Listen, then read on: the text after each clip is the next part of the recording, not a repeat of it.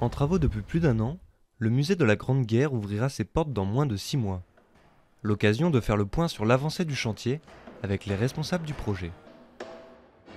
Aujourd'hui, on est aux deux tiers, on va dire, aux deux tiers du parcours. Le gros œuvre se termine. On va poser les façades dans les 2 mois qui viennent. La toiture se termine avec sa végétalisation. Quelque chose qu'on ne voit pas du tout aujourd'hui, c'est toute la préparation de la muséographie. Les vitrines, la fabrication des mannequins, la fabrication des bornes multimédia, des contenus des bornes multimédia, qui sont fabriqués aujourd'hui en atelier et qui vont arriver à partir de septembre et octobre pour être installés de manière définitive.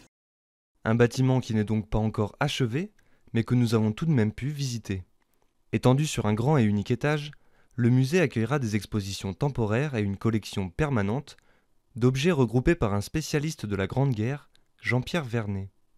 Dans la collection permanente, ce qui est intéressant, c'est qu'elle va du plus petit objet de tranchée, mais on a aussi des chars, on a aussi des camions colombophiles, des objets énormes et énormément d'uniformes.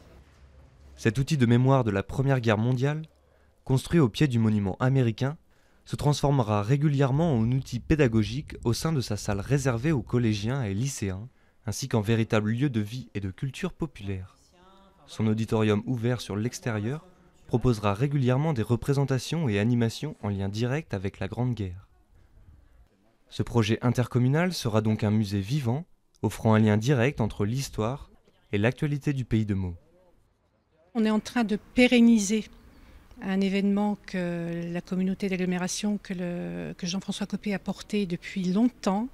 On y est, c'est sorti de terre et j'ai simplement envie de dire que c'est très émouvant et que c'est très émouvant de porter et que dans une vie, participer à un moment, être un petit élément de cette architecture-là du temps, c'est quelque chose d'exceptionnel.